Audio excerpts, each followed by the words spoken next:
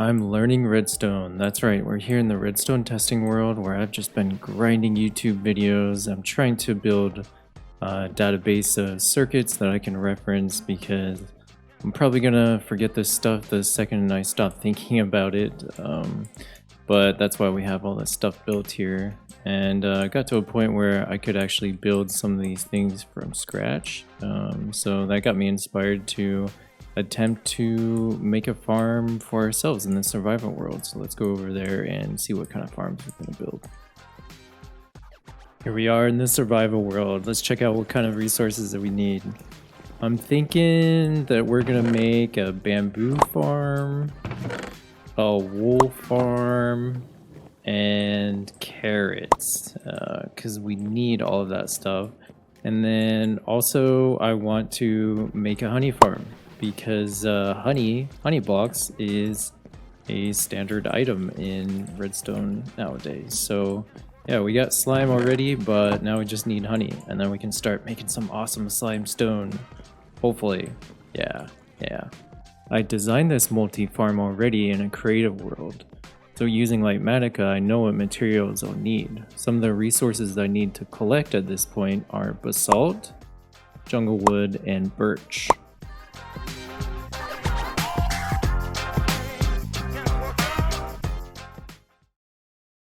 Kind of scary mining up here. Going down level by level, and when I get to the edge, I don't know if there's gonna be another block underneath it. But mine along, la. Oh, we're just gonna get out of here. Yeah. Who's ready for another tree cutting time lapse? Say diorite is the best block in the game. No? Oh, okay, well, maybe consider subscribing and liking?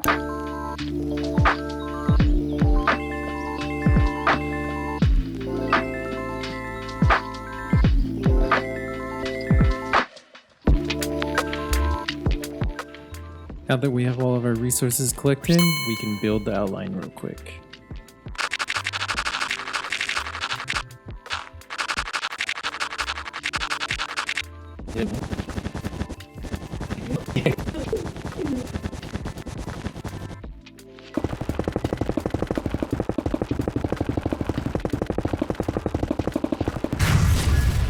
So I used 3 different materials to show you the 3 different sections.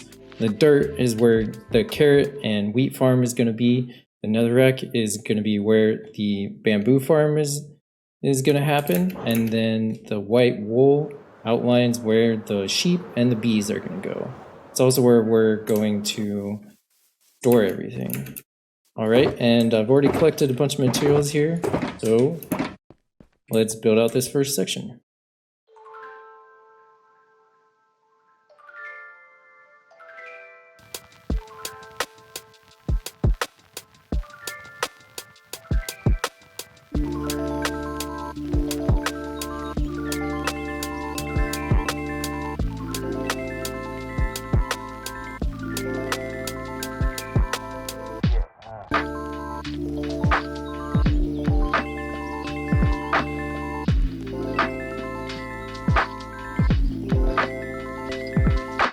Time to test this. This is such a long reel. In hindsight, I probably should have gone to the nether, but it's done now. Whee! Perfect. Here he comes. And did he make it? Looks like he did. Oh, guess it was just some kind of bug. We did get it first try, so let's get the rest of these in. Here they go.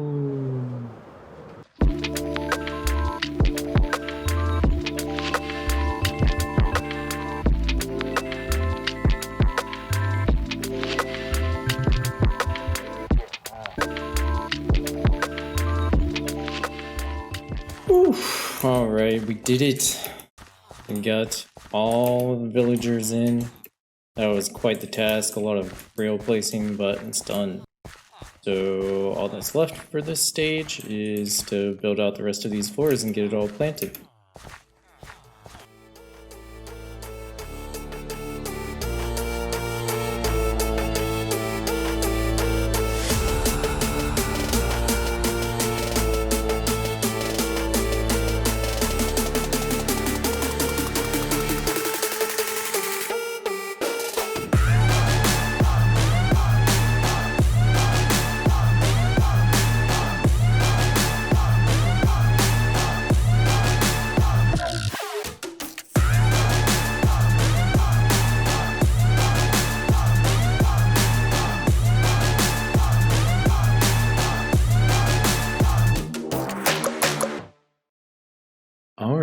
starting to come together now.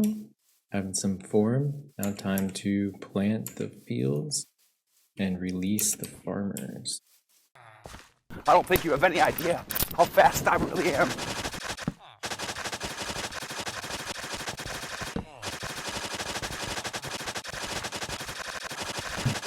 Okay, my biggest fear right now is when I let these guys out. I hope none of them die or escape somehow. I just feel like you never know with these guys, so wish me luck here.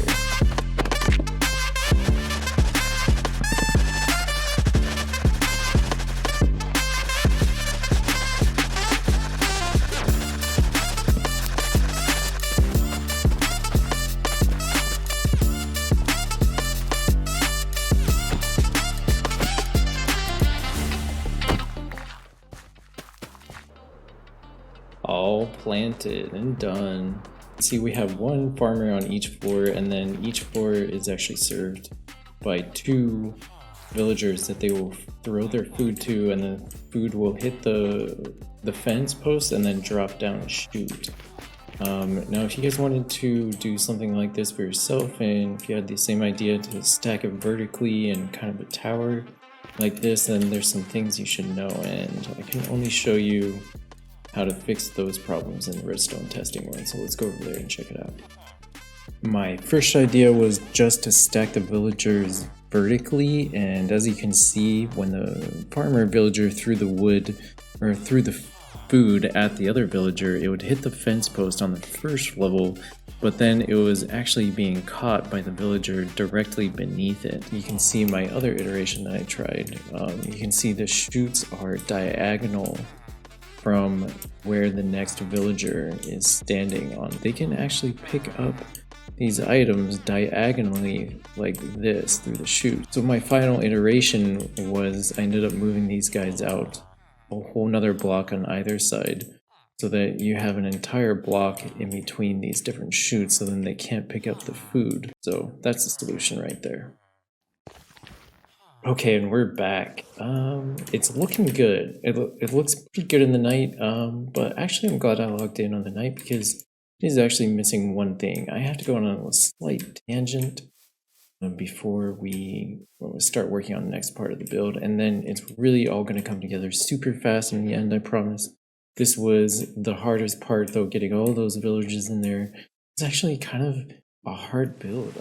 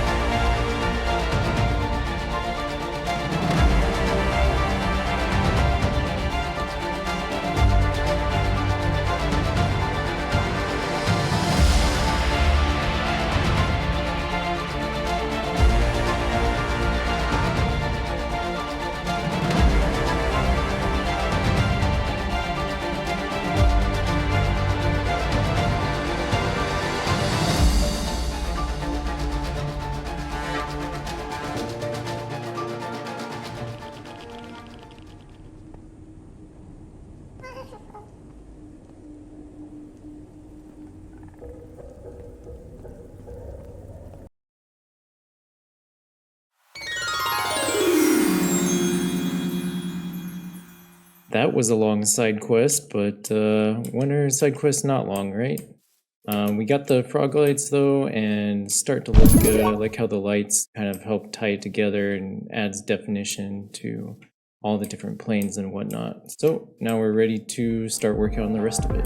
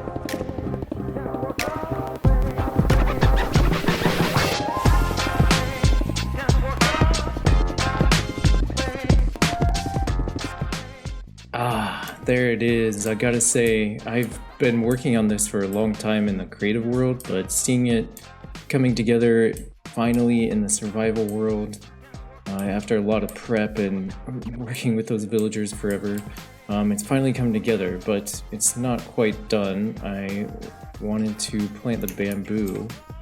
So, this is the second section complete. And before the next section on the time lapse, I thought it'd be cool if we could see this bamboo growing while we're building out the basement and working on that final section. So let's get this bamboo planted and roll the time lapse for the final section. Oh, that's real good.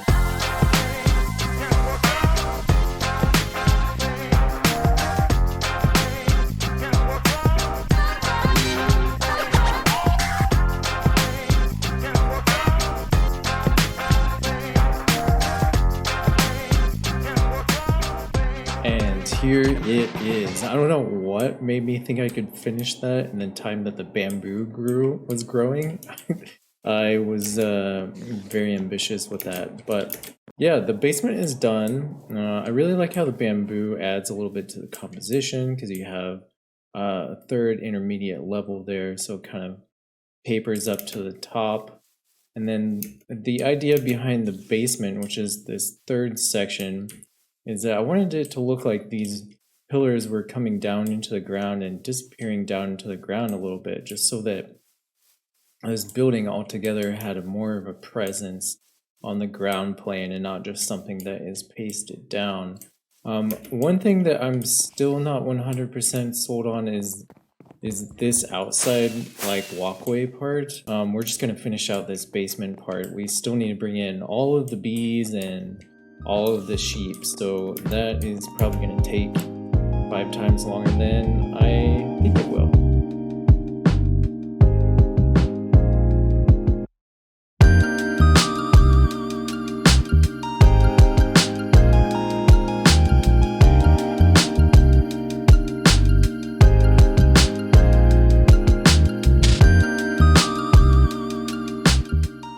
Ooh, this did not go very smoothly. I mean, it took me a couple of tries to get these going, because building them up in the right order, you know, so that it's efficient, you know. You gotta think about, you are the conveyor belt at the factory, you know what I mean? Like, okay, I gotta do step A, place this block and do that 10 times in a row.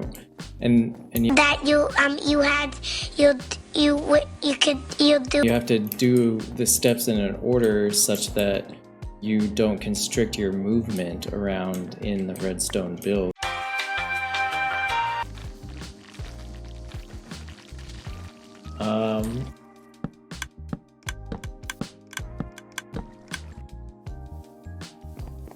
Look at them, happy in their new home.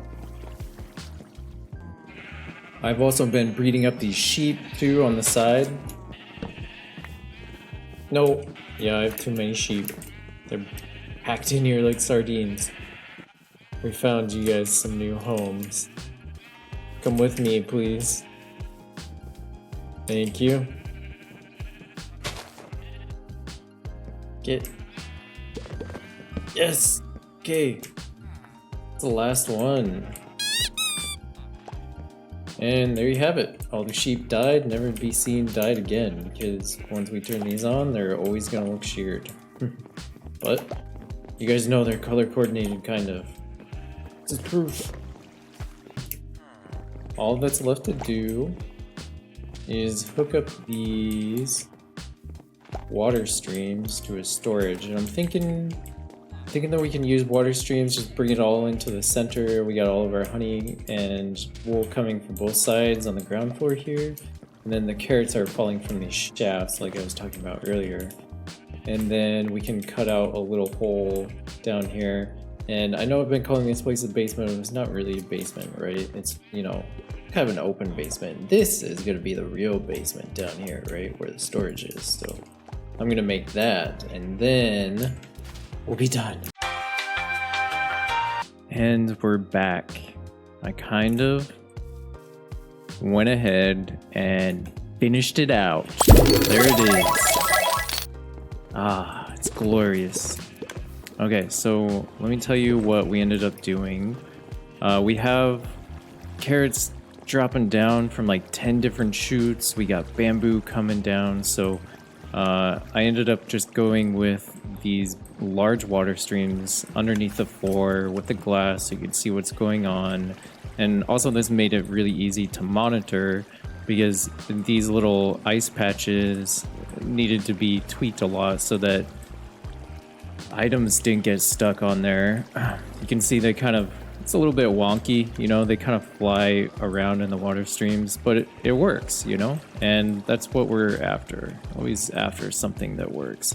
I put cobwebs in these chutes so that, if you guys didn't know already, when, so the cobwebs, when entities go into them, they are actually aligned towards the center once they come out the bottom. That just guarantees so that the carrots coming down those chutes are actually going to land in this water stream, and I don't have to build an ugly looking tube. Not that I have anything against those, it's just that for this build, I thought it'd be nicer to keep it open like this. Okay, so then let's go down into the real basement. Let me show you the collection system. We just have an impulse SV, standard item filter. Okay. Yeah, so just standard filter. You got some standard storage. I'm going to come back and organize this later. And actually, I think I'm going to use a different filter because this doesn't seem to be working. I don't know. That's going to put a pin in this one for now. I think it turned out great. Let me know what you guys think, though. Thanks for being here. Bye.